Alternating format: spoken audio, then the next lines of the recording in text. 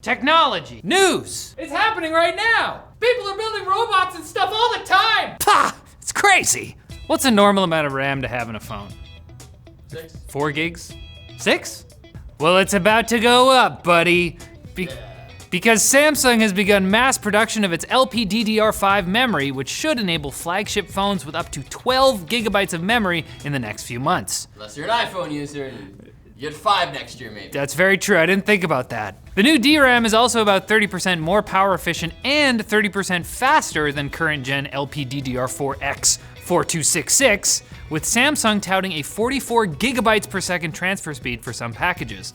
But if you were looking for the new memory in the Galaxy Note 10 that's launching next month, bad news, that phone don't have it. But for future phones, the increased speed will apparently make LPDDR5 much better suited for mobile applications of modern buzzword type technologies like AI, 5G, TikTok, Privacy.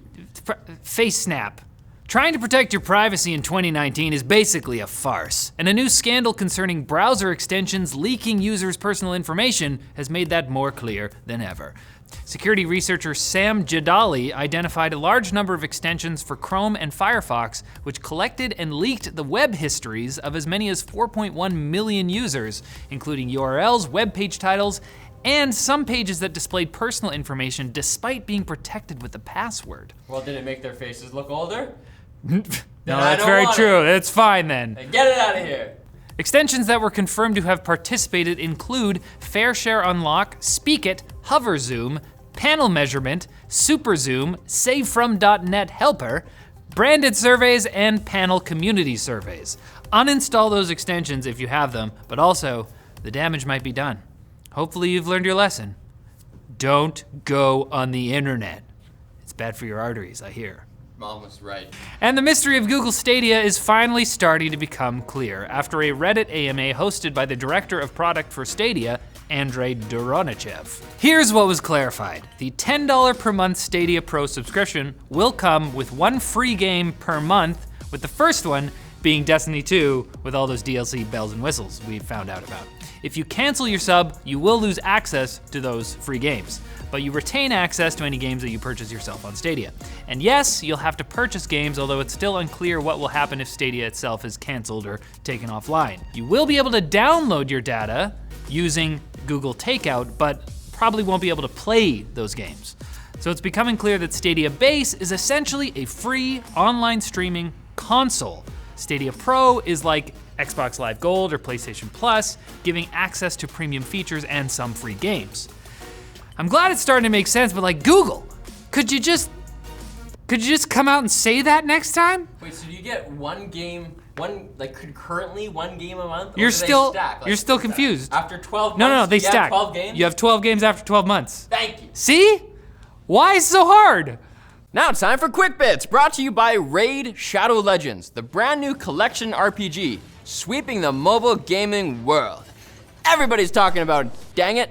Almost 10 million players worldwide have downloaded the game in just 3 months. It's got a cool story campaign, huge boss fights, strategic gameplay, and great graphics to render the over 400 champions in exquisite detail.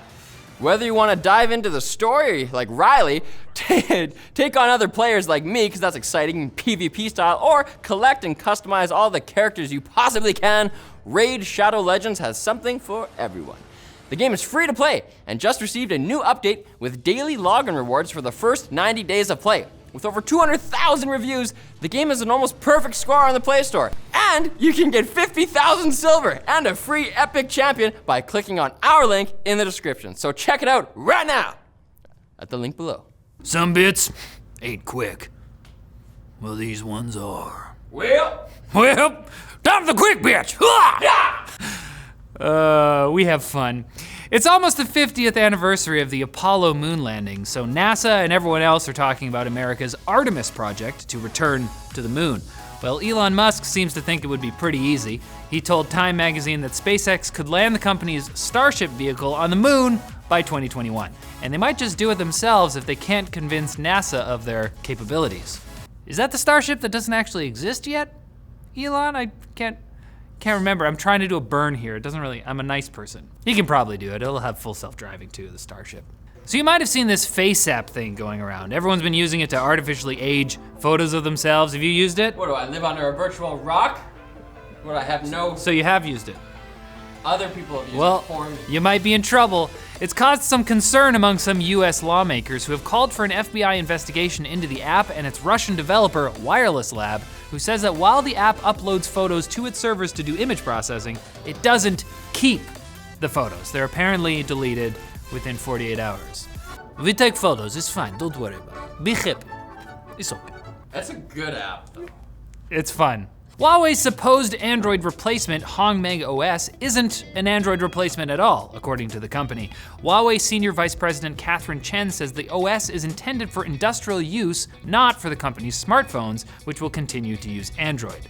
That is, if they get that whole national security threat thing worked out. After getting reamed out by both Congress and the Senate, Facebook's David Marcus says that the company is going to slow down its development of the Libra cryptocurrency, making sure that it's in compliance with laws relating to money laundering and other financial crimes. Old people slowing us down. Indeed, this will be interesting to watch because a giant corporation trying to make a cryptocurrency, which is essentially a decentralized form of money that is attractive largely because it can't really be regulated by the government, doesn't actually make a whole lot of sense. Who needs the government? Corporate world! Bitcoin! Overthrow our overlords! I'm a citizen of Facebook. You're not a... You live there? Wow. United States of Google. And for those interested in saving a buck or two while upgrading to 3rd gen Ryzen, MSI has announced Max versions of some of their 300 and 400 series AM4 motherboards, which come with support for the new processors baked in, along with 32GB EEPROMs, so the boards will still support older processors even after the new BIOS updates. Some BIOS updates for current boards ended up erasing support for older CPUs. And we mustn't forget where we come from. In my case, the generic white guy simulator. That's it for Techlinked, people, but that's not it for Techlinked people, one of which I am. You're one? No. David? Sure. Can I Jake?